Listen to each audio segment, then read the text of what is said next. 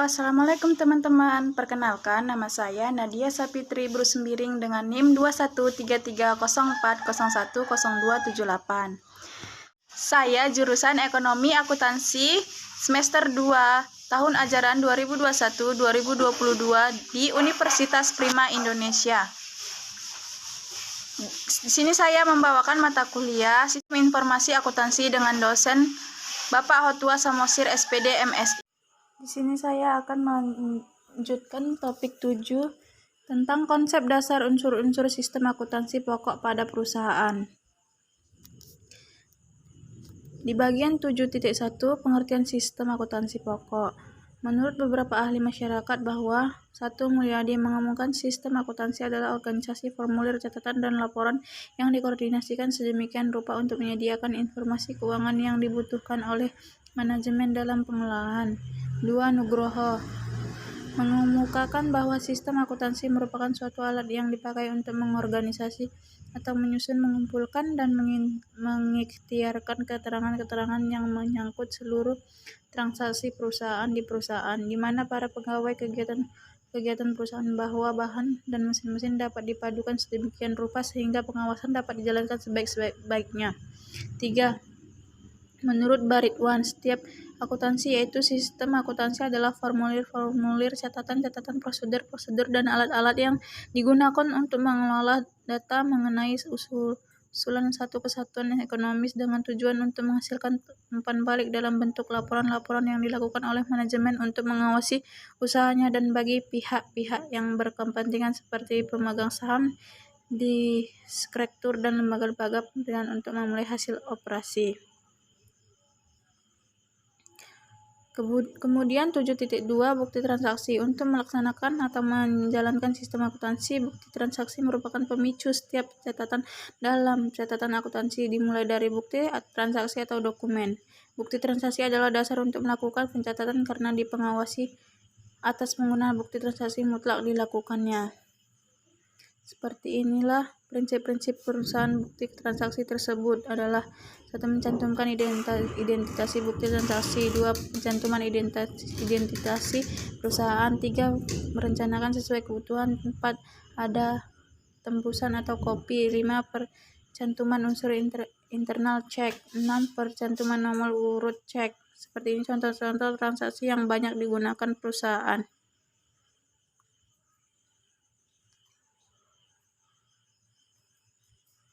7.3 Jurnal.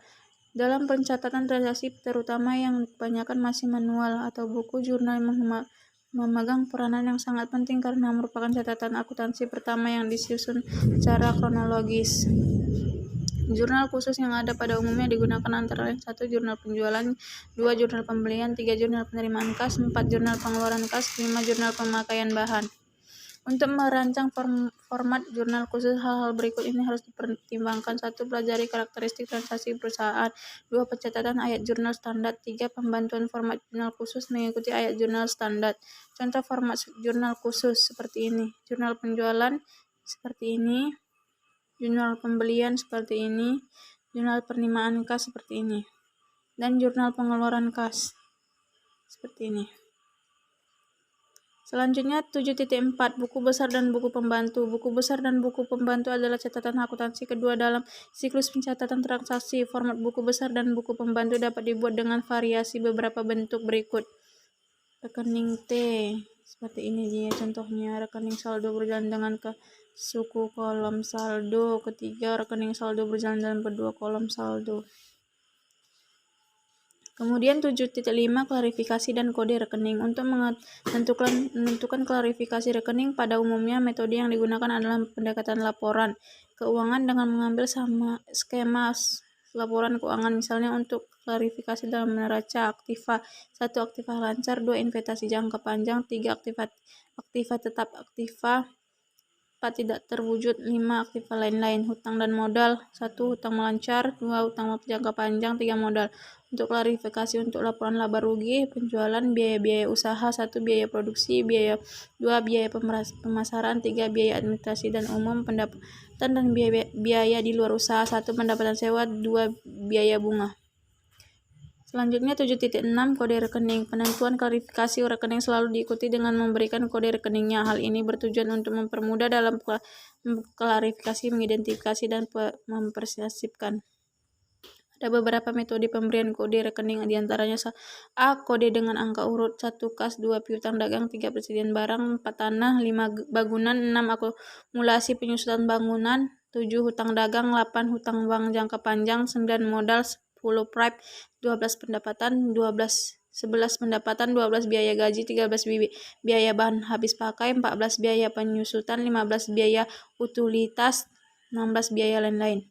Kode angka blok. Metode ini memberikan sejumlah cadangan angka untuk klarifikasi tertentu. Berikut ini disajikan untuk pemberian kode rekening dengan angka blok. Aktiva lancar, aktiva tetap, aktiva tidak terwujud, aktiva lain-lain, hutang lancar, hutang jangka panjang, modal, pendapatan, biaya-biaya. Kode kombinasi. Metode ini menggunakan kombinasi huruf dan angka tertentu. Contohnya AL1, AL01, AL242, 3AT, 33, 4HL, 413, 5M62. Kode kelompok. Metode ini mengelompokkan rekening dalam kelompok tertentu. Dalam laporan keuangan, yang disebut dengan kelompok adalah aktiva, kewajiban, ekuitas, pendapatan, dan beban. Seperti ini contohnya.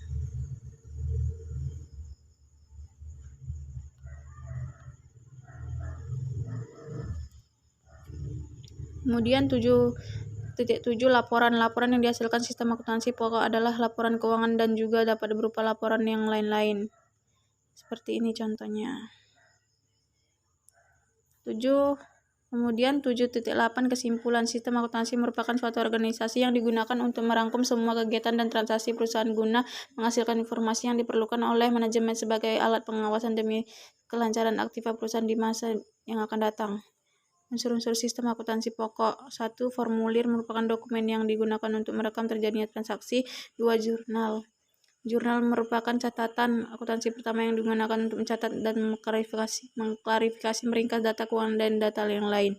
3. Buku besar. Buku besar atau general ledger terdiri dari rekening-rekening yang digunakan untuk meringkas data keuangan yang telah dicatat sebelum dalam jurnal. 4. Buku pembantu. Buku pembantu ini terdiri dari rekening pembantu yang merinci data keuangan yang tercantum dalam rekening tertentu dalam buku besar. 5. Laporan hasil.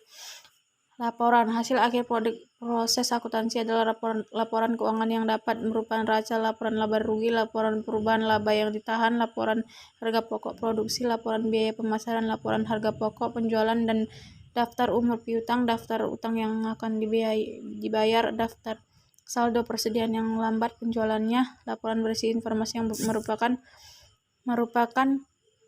keluaran sistem akuntansi. Laporan dapat berbentuk hasil cetak komputer dan tayangan pada layar monitor komputer. Saya akhiri presentasi dari saya. Assalamualaikum warahmatullahi wabarakatuh. Terima kasih. Dadah.